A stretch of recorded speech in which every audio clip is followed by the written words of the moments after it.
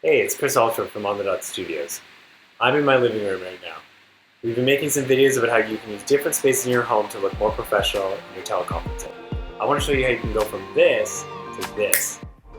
And there you have it. Now I look great and I'm comfortable. The reason why I would be doing this here is because I'm going to be going into a meeting that's a couple hours long and I want to be comfortable. I want to be able to see the people I'm working with, doing a brainstorm, or maybe later I'm having, friends and family having an event like that.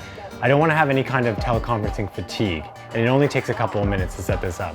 So let's figure out how it was done.